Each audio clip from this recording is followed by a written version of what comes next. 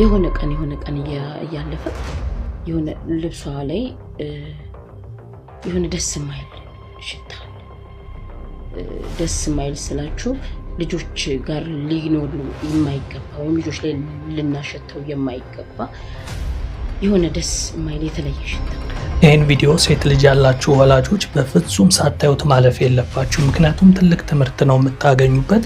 እንደሚታወቀው ተማሪዎች በተለይም ህፃናት ተማሪዎች ከቤተሰቦቻቸው ባልተናነሰ ረጅም ሰዓታቸውን የሚያሳልፉት ትምህርት ቤት እንደመሆኑ ትምህርት ቤት አካባቢ ያሉ አስተማሪዎች ደግሞ ልጆቻችሁን ከናንተ ባልተናነሰ ምናልባትም ከናንተ በተሻለ የማወቅ እድላቸው ሰፊ ነው አስተማሪዎች። ታዲያ ልክ እንደዚች ያሉ አስተማሪዎች ደግሞ ከልጆች ጋር ያላቸው ቅርበት ሰፋ እንደማለቱ የአንዲትን ህፃን የወደፊት ህይወት እንዴት ብላ እንዳዳነችና ብዙ ምስቅልቅል እንዳተረፈቻት ከዚህ ቪዲዮ ትረዳላችሁ ብዬ ነው ማስበው።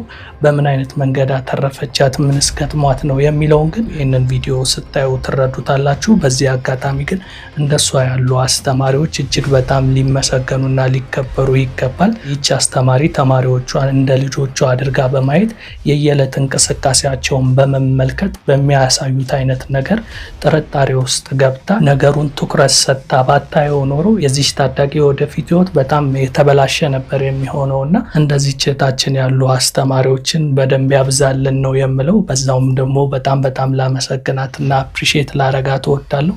እናንተም ታሪኩን ከሰማችሁ በኋላ ለአስተማሪዋ ትልቅ አድናቆት እንደምትችሯት አልጠራጠርም። ለማንኛውም ታሪኩ ምንድነው የሚለውን በደንብ እስከ መጨረሻ ተከታተሉት። ቪዲዮን አብረን እንመልከት። ሰላም፣ እንዴት ናችሁ? ሚሴለን ነኝ። ዛሬም ሌላ ታሪክ። ይህም ከአመታት በፊት በወቅቱ የነበርኩት የሶስተኛ ክፍል ሆምሩም ቲቸር ነበርና ከነበሩት ሴት ተማሪዎች ውስጥ አንዷ ልጅ የሆነ ነገር ማስተዋል ጀመርኩ።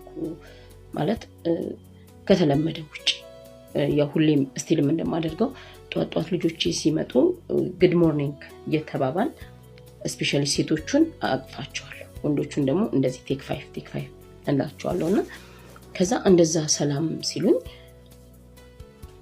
የሆነ ቀን እያለፈ የሆነ ልብሷ ላይ የሆነ ደስ የማይል ሽታ ደስ የማይል ስላችሁ ልጆች ጋር ሊኖሩ የማይገባ ወይም ልጆች ላይ ልናሸተው የማይገባ የሆነ ደስ የማይል የተለየ ሽታ ነበርና ከዛ አንድ ቀን 2 ቀን 3 ቀን ነገር ሲሆን ነይ አልኳትና ልብሷን